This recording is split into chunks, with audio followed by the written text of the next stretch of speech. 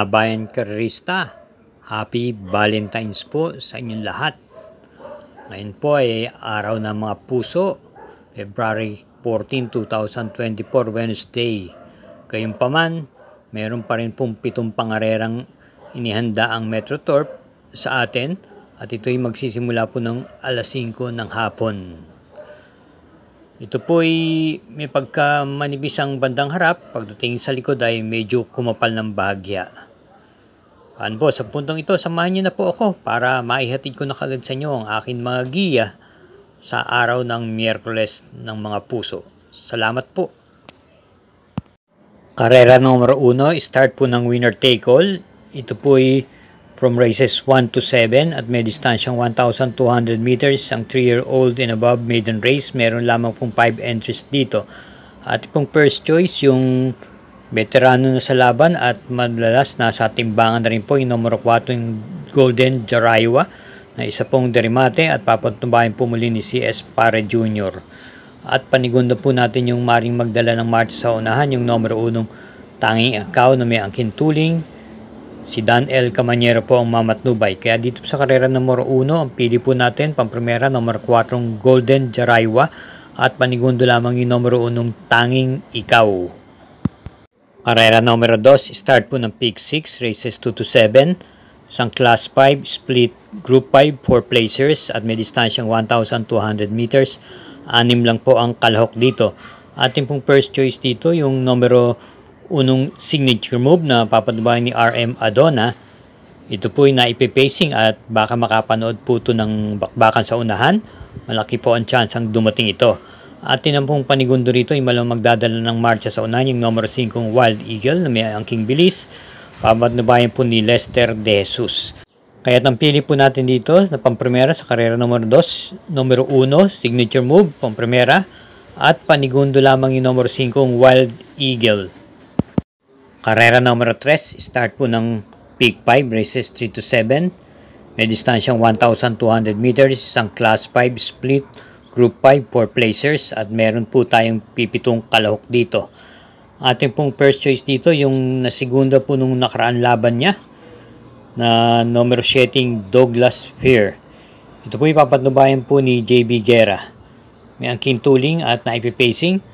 Panigundo po natin yung numero 1 Ivan na 2 beses na pong inabot sa meta at pangalawang beses na rin dumating ng segundo. Ito ay papatnubayan po muli ni CB Ardonia. May angkin tuling po ito. Ang ating pong panersera naman yung numero 3 na Heritage na muling renda ni Opie Cortez na pwedeng isunod-sunod lamang at iparimate. Kaya ang pili po natin sa karera numero 3, pamprimera yung numero 7 Douglas Fear. Panigunda yung numero 1 Ivan at panersera yung kalahok na numero 3 Heritage. Karera numero 4, start po ng Peak 4, races 4 to 7. Ito po ay isang Class 5 split Group 5 for non-placers at tatakbuhin po sa distansyang 1,200 meters, 5 kalahok po. Ating po first choice dito yung mapapasama sa largahan sa unahan yung numero 4 Ring a Bell na papatubayan ni MR Elios. Panigundo naman po natin dito yung kalahok numero 2 Avenue Shopper ni Lester De Jesus. Ito po ay pwede po itong ipacing at baka makapanood po ng bakbakan sa unahan dahil matutuling po yung mga kalaban niya rito. Siya po ang maaaring dumating. Kaya siya po ang ating panigundo. Muli, ating pong pamprimera yung kalahok numero 4 Ring a Bell at panigundo lamang yung numero 2 Avenue Shopper. Para po sa mga updates ng ating mga giya, huwag po natin kalilimutan mag-subscribe, i-follow, at ganyan din paki-share at i-hit ang like button ng Mangkelos TV. Karera numero 5, distansyang 1,200 meters, isang Class 4, Group 28 to 33, and 34 to 39 merge. Meron lamang 7 kalahok dito, isang couple yung numero 3. Ating pong primera yung na-scratch po na nakaraan, numero 5 Donya Chichay na papanubayan ni MR Elios. Alam naman po natin na bago tutong muling pagharap ni Simple Jesse ay dumating po ito ng terserang dikit sa isang regular race kung saan ang mismong nalo ay si Simple Jesse matapos niyang pangunahan ang buong takbuhan at bandang meta na lang po siya medyo kinapos. Atin ang pong panigundo rito yung couple entry sa numero 3, Orange Bell at yung Fit Bell. Mas pinapaboran po natin yung 3A ditong Orange Bell na veteran rin po sa labanan at meron tong maganda rin mga takbo at pagkakapanalo kung saan nung mga nakalipas na buwan ay mabigat din po ang kanyang mga tinalo. Papatubayan po ni JB Hernandez at panersera po natin yung numero 2 Uncle Vines na nagpapakita rin po ng buti sa mabigat na labanan at papatnubayan naman po ni Kelvin Abobo. Ito po yung na-ipapacing at pwede rin naman pong iparimate. Kaya ang pili po natin dito muli sa karera numero 5 pampremera, yung kalahok numero 5 Doña Chichay, panigundo yung couple entries na numero 3 na mas pinapaboran natin yung 3A Orange Bell at panersera yung numero 2 Uncle Vines. Bigyan daan po muli natin ang ating mga shoutout portion. Sa mga nagpapa-shoutout dyan, tulad ni Arcadio Castillo Jr., shoutout sa iyo.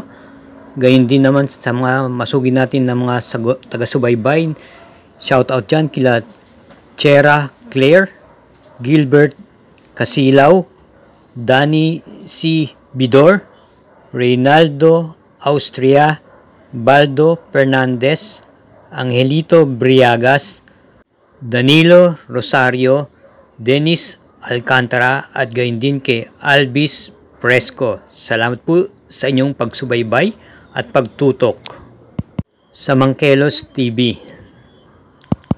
Karera numero 6, penultimate race. Ito po ay may distansyang 1,200 meters ang class 5 split group 6 to 10 with 8 entries. First choice natin yung numero setting Top Romance na papatubayan ni DL Camaniero. Ito po yung may angkin remate at sa akin palagay medyo may pagka mababa po rin siya sa laban na to. At ang atin pong panigundo rito yung nagbabalik pistang numero 5 Limon Sudan Pulse ni MM Gonzales. Ito po yung may angkin tuling at naiparirimate rin po. At panersera natin yung madalas sa natitimbang at masarap po isama sa prota yung numero 6 Kalanggaman Island ni CS Pare Jr. Kaya ang pili po natin sa karera numero 6 pampremera yung numero 7 Top Romance, panigundo yung numero 5 Limon Sudan Falls at panersera yung numero 6 Kalanggaman Island. Karera numero 8 last daily double na po para tingan po ito ng winner take all. Pick 6, Peak 5 at Peak 4, may distansyang 1,400 meters ang Class 4, Group 20 to 27, may 10 entries po. Atong pong first choice dito, yung numero 1 Catch in the Cradle ni J.A. Guse, na ito po may angkin tuling at pwedeng pong i-pacing at base sa kanyang mga nakarang takbo, may pagka magbigat po ang kanyang mga nakakalaban compare rito. Kaya kung sa tingin ko medyo bahagyang lamang po. At ang atin naman panigundo rito yung numero 3 na Sylvia Plat na papanubayan ni si PR Dalema, may angkin tuling at maganda rin po ang mga kanyang preba nung nagdaan buwan. Atin pong panersera rito yung bagitong numero 7 Art Serve ni Joel Ciego. Ito may angkin tuling at maganda po ang kanyang itinakbo nung nakaraan laban niya. Dumating lamang po yata ito ng 4th pwesto. May angking bilis. Kaya ang pili po natin sa karera numero 8, pampremera yung numero 1 Catch in the Cradle. Panigunda yung numero 3, Silvia Plat. At panersera yung numero 7, Art Seb.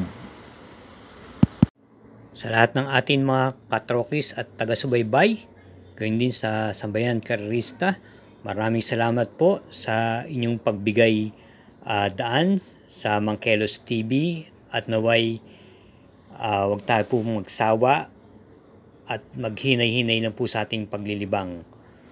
Iingat po at paalala, ito'y gabay lamang, inyo pa rin, Corazonada ang siyang masusunod sa dakong huli.